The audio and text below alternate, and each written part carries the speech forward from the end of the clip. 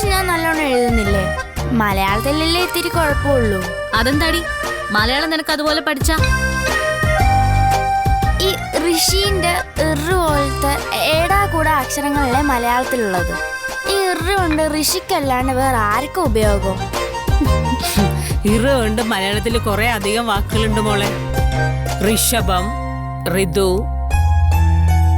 ഋണം, ഋഗ്വേദം, ഋതുമതി, അങ്ങനെ ഒരുപാട് വാക്കുകളുണ്ട്. ഋണമോ? അതിന്റെ അർത്ഥം എന്താമേ? ഋണമെന്ന് വെച്ചാ കടം, ബാധ്യത.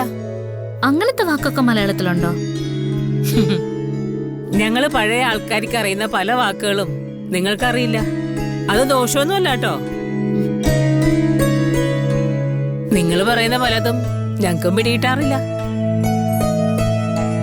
മക്കളുടെ മുന്നിൽ ചെറുതായി പോണ്ടാന്ന് കരുതി ചിരിച്ചോണ്ട് അങ്ങ് നിൽക്കുന്നേ ഉള്ളൂ.